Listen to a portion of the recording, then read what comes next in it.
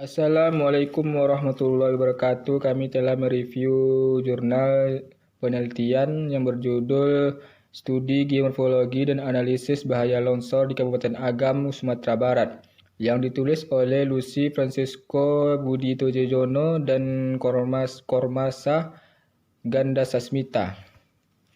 Yang pertama, ide pokok.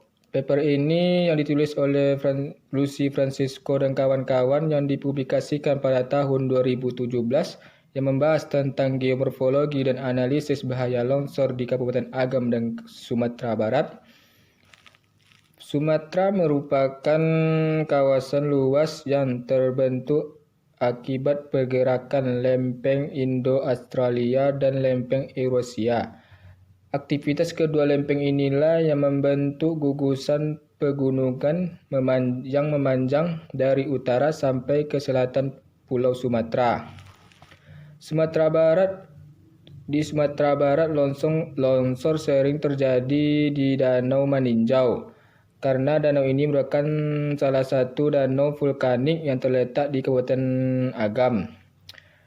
Danau ini terbentuk akibat aktivitas gunung api ribuan tahun silam, yaitu gunung api Sitinjau. Tujuan penelitian dilakukan oleh Lucy Francisco dan kawan-kawan tentang geomorfologi dan analisis bahaya longsor di Kabupaten Agam, Sumatera Barat adalah untuk mengetahui kondisi geomorfologi Kabupaten Agam dan untuk menentukan daerah rentan dan bahaya longsor di Kabupaten Agam. Adapun metode yang dipakai dalam jurnal kami itu yang pertama tahap persiapan. Adapun formula yang digunakan untuk menilai tingkat kerentanan adalah size credibility sama dengan F dalam kurung W, X, dan S. Keterangannya yaitu F itu adalah fungsi, sedangkan W adalah bobot dan S adalah skor. Dari hasil perhitungan dengan formula tersebut, selanjutnya diklasifikasikan secara linear menjadi 4 kelas, yaitu kerentanan, tinggi, sedang, rendah, dan tidak rentan. Sedangkan untuk bahaya longsor, metode yang digunakan untuk penilaian sama dengan untuk menilai kerentanan, namun dengan faktor-faktor sebagai berikut. Yang A, kerentanan longsor. Yang B, penggunaan lahan. Yang C, iklim atau yang dikenal dengan curah hujan tipe iklim Oldeman. Yang kedua itu tahap penyajian hasil. Penyajian hasil dilakukan dengan penulisan skripsi yang dilengkapi dengan grafik, peta-peta, foto-foto lapangan, dan data tabular lainnya. Assalamualaikum warahmatullahi wabarakatuh. Saya akan melanjutkan penjelasan review jurnal dari Diki Aryan.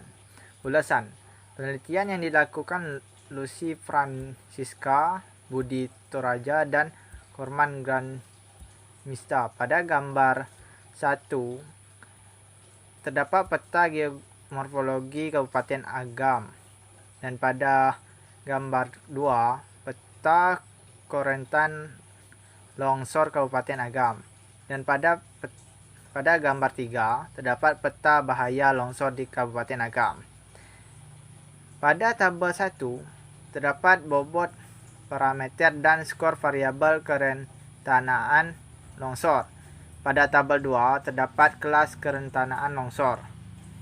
Pada tabel 3 terdapat bobot, parameter, dan skor variabel bahaya longsor. Pada tabel 4 terdapat kelas bahaya longsor di Kabupaten Agam. Pada tabel 5 terdapat luas bentuk lahan di Kabupaten Agam. Pada tabel 6 terdapat presentase luas daerah berdasarkan kelas kerentanaan longsor. Pada tabel 7 terdapat matrik hubungan longsor dan kerentanaan tinggi. Pada tabel 8 terdapat luas kerentanaan dan bahaya longsor per kecamatan. Pada tabel 9 terdapat presentase luas daerah berdasarkan kelas bahaya longsor. Pada tabel 10 terdapat matrik hubungan perubahan luas hasil analisis kerentanaan longsor dan analisis bahaya longsor. Dan pada tabel 11 terdapat matrik hubungan longsor dan bentuk lahan hasil pencetakan lapangan. Secara umum, kondisi geomorfologis Kabupaten Agam terdiri dari wilayah daratan 35% dan wilayah perbukitan pegunungan 65%.